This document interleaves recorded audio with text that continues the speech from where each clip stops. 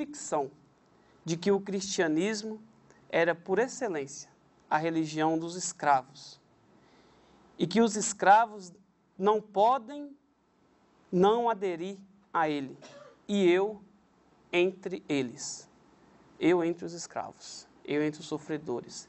Ela tem uma experiência, que na tradição cristã vai chamar de uma experiência de encontro com Cristo, de experiência cristã, em que o Malé agora abre para um novo horizonte.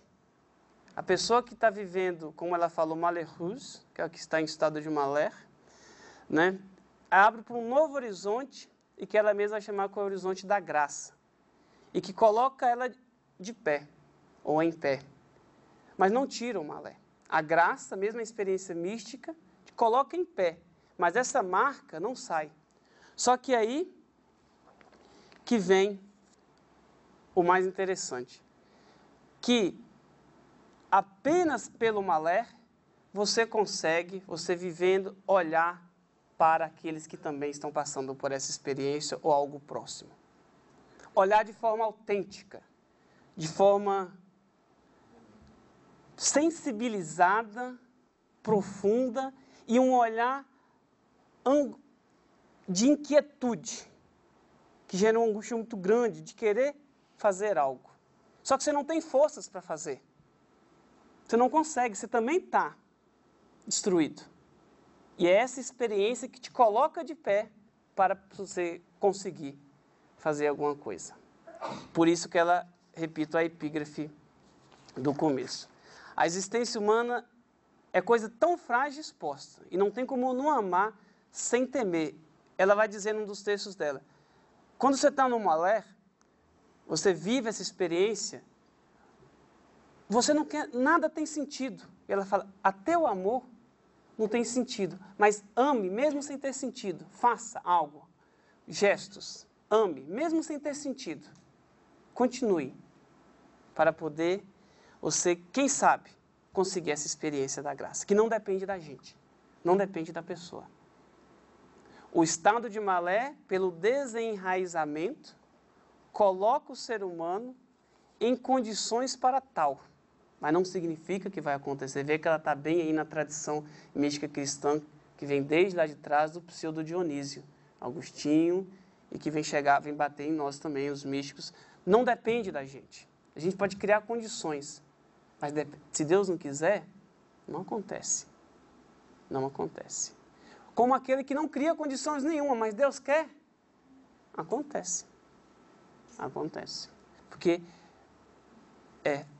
depende de Deus. Mas essa experiência que te coloca em pé, que faz com que você tenha forças para continuar a amar, agora com amor que tem sentido. Porque antes você amava sem ver sentido naquilo. E faz você olhar para os malheureux, para os desaventurados. Ou, como falo no meu texto, para os vulneráveis. E vulneráveis aqui, aí eu agora passo para a segunda parte da fala, que é do texto, desse livro propriamente dito aqui. Né? Somente com a experiência dessa, que você consegue, de fato, ser tocado, ser sensibilizado pelo sofrimento do outro. Mas é um tocar, não é simplesmente aquele tocar que a gente vê e fala, que pena, que dó, tadinho, tal. Mas é um tocar que te inquieta, que te deixa mal, que te faz sofrer, que faz com que você queira fazer algo para ajudá-lo. Faz com que você queira amar. Mesmo que a consequência daquilo, para você, seja um sofrimento também grande. E ela vai dizer, para mim basta a cruz. Cristo não precisava ter ressuscitado. Vê que ela não tem formação religiosa, técnica nenhuma. A experiência dela. Porque esse sofrimento, você vai ajudar o outro tocado e o que você ganha é a cruz. O que você ganha é a cruz. Não é que você quer sofrer. É que é parte necessária da existência humana. Nós somos contingentes, somos frágeis, somos miseráveis. Para ela, nessa linha de pensamento, não tem como fugir disso. Somos mortais, escravos do tempo e do espaço. Não tem como. Basta a gente ver quando ele vai ficando com o cabelinho branco. O tempo faz mesmo. Ninguém foge. Ninguém foge. E por conta dessa contingência humana, a gente tenta a viver uma vida que ela chama na pesanteur, que em português seria submetido à força de algo que pesa, a pesidade, né? Uma coisa assim, né? Pesanteur. E que essa te puxa para viver nas realidades da matéria, do mundo, e te ilude, porque você vai se iludindo com aquilo. Sempre, sempre. E é o moler que vai dar um corte e te derruba. E aí porque não tem como. Porque dói na carne, dói na alma, dói na mente, dói em tudo. O moler. E é com essa sensibilidade que nós conseguimos olhar de fato, quando com Simone Weil, para os miseráveis. E que faz com que eu deixe o conforto da academia, como ela fez, e ensinar os operários no chão da fábrica, que era a população, digamos, mais vulnerável, mais explorada socialmente no contexto onde ela estava inserida, onde ela viveu. Feito isso, no meu texto, eu tenho esse espírito, e eu vou falar na segunda parte dele, quando eu tenho um diálogo com a reflexão teológica aqui na América Latina, chamada Teologia da Libertação, em que, de fato, primeira coisa, para alguém fazer essa teologia, não é teórica, é estar lá, é viver isso, é experienciar o malé, é experienciar o sofrimento, é sentir na carne. Depois a gente pode até ter um tempinho para conversa, as pessoas podem achar que eu posso exagerar e tem muitos argumentos contra mim, mas eu sou aquele que de fato não faz essa experiência, não faz teologia da libertação e não sabe o que é. Faz teoria. E é uma teoria sem sustentação existencial. E teoria sem sustentação existencial não sai daqui. Não sai dessa academia. E vai só ser livro que vai empoeirar em biblioteca. Né? E que a filosofia, que eu me coloco na filosofia, faz um grande primor, às vezes. Ficar só conversa entre filósofo para filósofo. E não sai dali.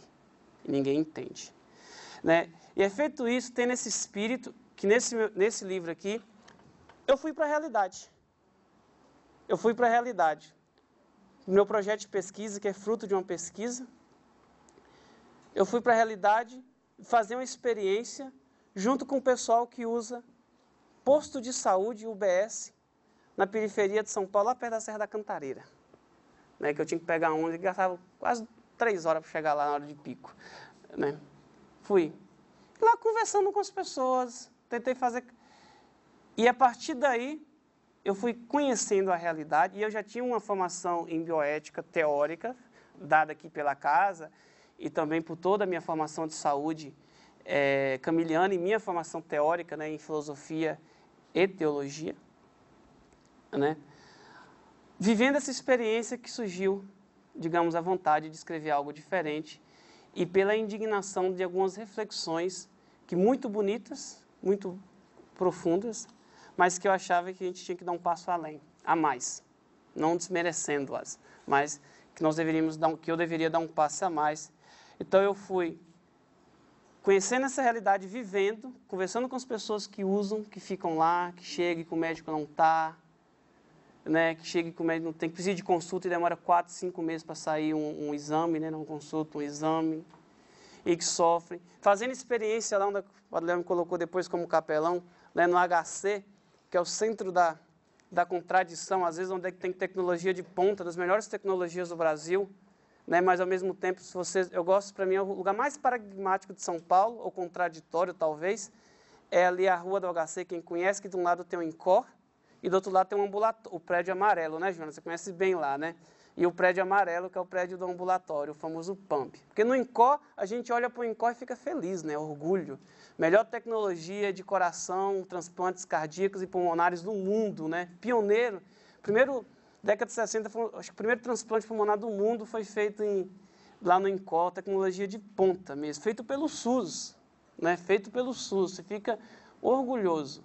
Mas você vira do outro lado, assim, você escuta a pessoa, ai, tá doendo. O pessoal chorando lá no prédio amarelo, que não consegue ser atendido, que dá 4 horas da tarde, fecha, quem foi atendido foi, quem não foi vai embora, né? E lotado, e cheio, gente saindo pelo latrão. Você quer ver um pouquinho mais de sofrimento, você desce um pouquinho mais, vai ter o pronto-socorro, que tá gente saindo para tudo quanto for lado, médico doido, enfermeira doido, que não dá conta de atender, gente gritando, berrando.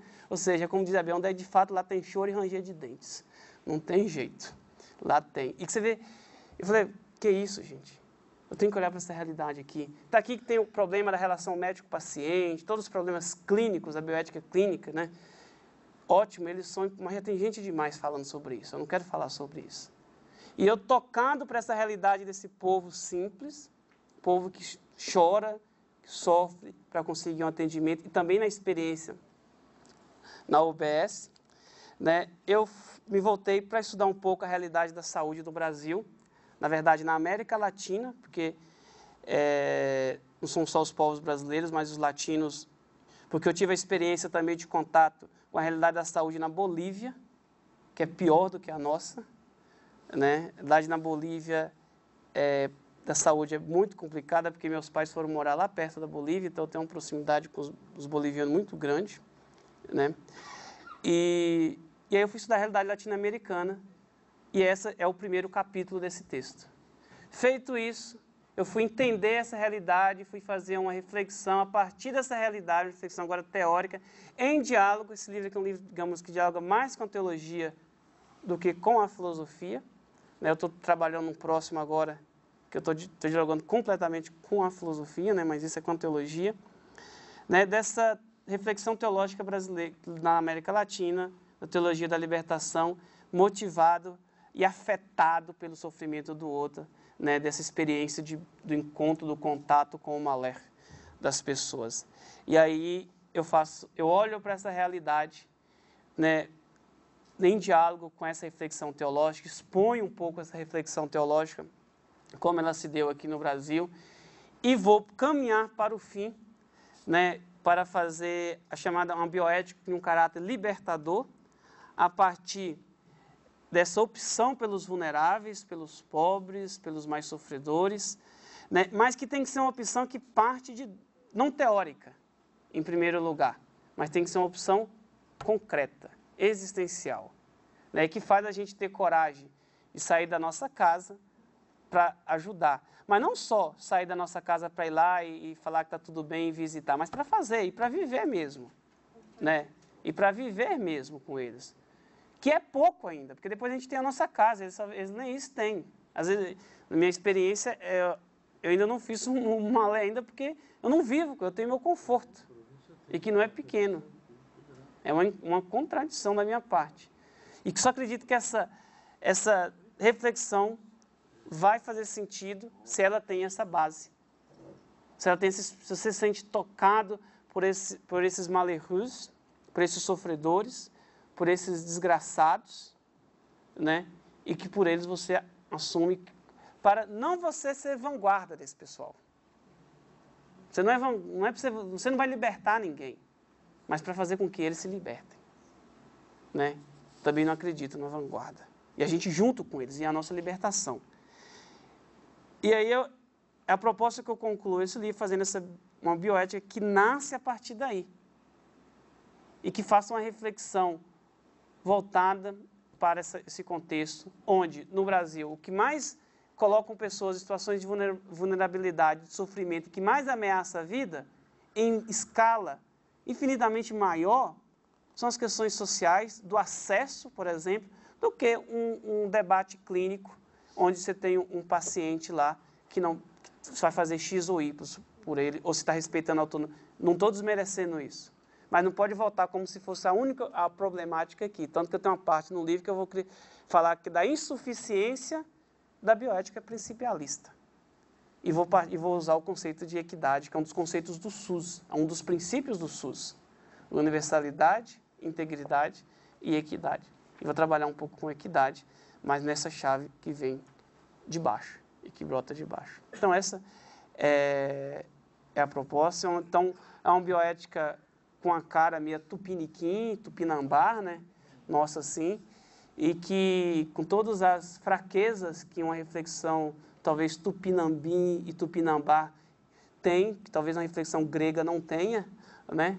Mas em que é uma reflexão apaixonada, como eu falei no início, que parte desse contexto histórico-social, né? Sendo afetados pelas pessoas.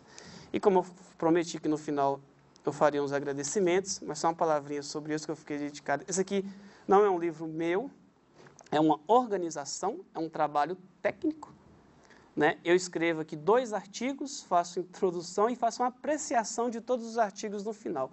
Para ser sincero, deu mais trabalho fazer esse do que esse. E foi um trabalho pensado. Uma coleção que tem na Paulinas, Teologia na Universidade, aliás, parabenizo pela sua coleção, né? E tem vários números, um dos números era teologia isso, teologia aquilo, né? Teologia e sociedade, teologia e direito, teologia e política. Convidaram, talvez os camilianos, as Paulinas, junto com a PUC, que é o professor da PUC, me convidaram para que eu pudesse organizar teologia e saúde. E aí eu, imediatamente da mesa da discussão, eu liguei, Padre, você escreve um artigo? Ah, escrevo, então vamos lá. Já tem 2.